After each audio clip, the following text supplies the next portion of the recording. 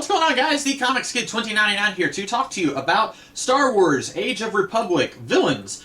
This is a short mini-series with different stories featuring some of the Star Wars prequel era villains. You have one story with Darth Maul, one with Jango Fett, one with Count Dooku, one with General Grievous, and then not pictured anywhere on the cover, there is a story with Asajj Ventress. And most of these stories I really liked. I am not a big fan of the prequel movies. I don't think those movies did a good job characterizing the heroes or the villains. Most of the time, I didn't really know why any of the characters were doing what they did, but this book does a pretty decent job of exploring these characters and fleshing them out a little bit more. The first story is a Darth Maul story. It basically explains he is driven by rage, he is driven by revenge, and if you ignore Star Wars The Phantom Menace that introduces this character, then I think this is a pretty good idea for a character.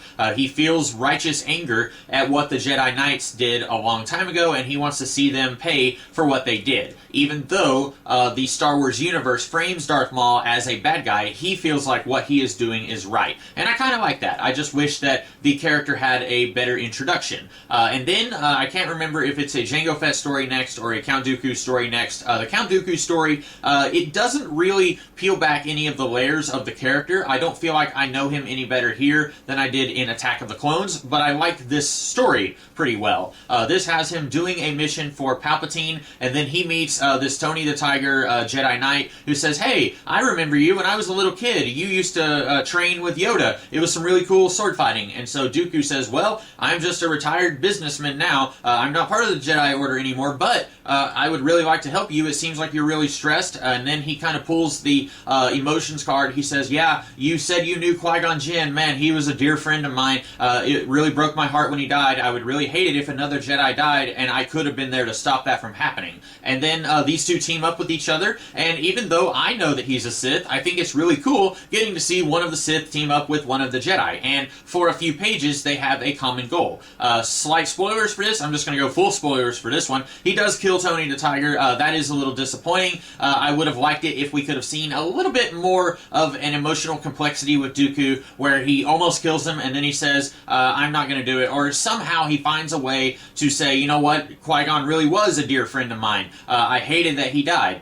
Even though I am one of the Sith now, I didn't like seeing my pupil get killed by another Sith Lord." I wish we could have gotten to know this character a little bit more. I liked the idea of seeing a Sith Lord, a secret Sith Lord, teaming up with a Jedi Knight who doesn't know he's a Sith Lord. I liked that. I wish we could have gotten a little bit more of him manipulating things, trying to make things work for him, but also we can see he's not quite as bad as what we thought maybe. We don't get a lot of that. We did get that with Darth Maul, and I guess if all of these characters were bad but not as bad as we thought, then that would get old pretty quickly. But I did wish we could have gotten just a little bit more of an exploration of Count Dooku in Attack of the Clones. I got all kinds of mixed signals on who he was and what he was doing. I couldn't tell when he was telling Obi-Wan, "There is a Sith Lord in the Senate, help me track him down and we can root him out and get rid of the corruption." Is he lying? Is he just trying to get Obi-Wan to join him and Palpatine? Or is he telling the truth? Does he actually want help trying to defeat Palpatine? I have no idea. And this story doesn't really help me get to know him anymore. And then we get a Jango Fett story where Jango takes Boba, young Boba, with him on a bounty hunting adventure, and he's basically trying to train Boba how to be a better bounty hunter. He says, you know, there's no experience like field experience. You're coming with me. Yes, this is very deadly. Then you're going to be that much more motivated to learn and be better. And I like this one. Jango Fett is another character who, in theory, just a dad trying to raise his son out in the middle of the Star Wars universe is a cool idea, but then they think that they have exploded Obi-Wan Kenobi, and then he's like, "Yeah, he exploded." And I have trouble rooting for this guy when he is a sociopath who laughs when he blows up an innocent Jedi Knight. Here, there are some people who die and they have it coming because they try to murder a little kid. And so I like Jango Fett a little bit better here. I like Boba. I like getting to see him learn the tricks of the trade a little bit in this story. So that's a story I thought worked really well. Then we get a General Grievous story. It will take me probably less time to talk about that than it did to read the story. I hated this one. I don't understand the character character of General Grievous. I don't know what makes him tick. I don't know why he does what he does. In the movies, in the Clone Wars cartoon, in this comic, I have no idea. He goes to some special Jedi temple, and then the temple says, you're doing stuff for the wrong reason. He gets mad, and then he destroys the temple. Okay, so then we get an Asajj Ventress story. Asajj Ventress, another character I don't know a whole lot about. I have not seen any of the Dave Filoni Clone Wars series that expands on her. I did watch the Jindy Tartakovsky Clone Wars shorts that introduced her, and I thought she looked cool. I kind of liked her lightsabers. She's dual wielding. I thought that was kind of neat, but I didn't really know a lot about her or why she was doing what she did. This doesn't really explain why she has joined up with Count Dooku or the Order of the Sith, but it does say she's not 100% bad.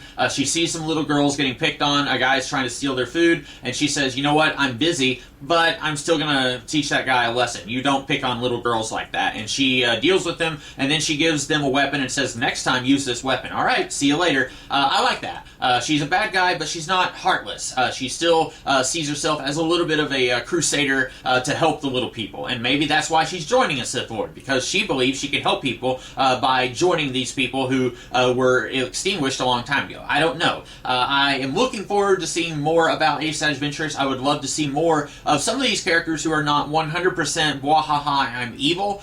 General Grievous, if I never see him again in a story, that would be fine. But all these other characters, I think this was not a waste for me. I think at least 3 of these characters, I can say I learned a little bit more about them. And then with Count Dooku, while I didn't really learn more about him, I still liked the story that he was in. So those are my thoughts on the Star Wars Age of Republic Villains trade paperback. Hope you guys liked this review, and I will see you guys in the future with some more videos. In the meantime, have a great rest of your day. Catch you later.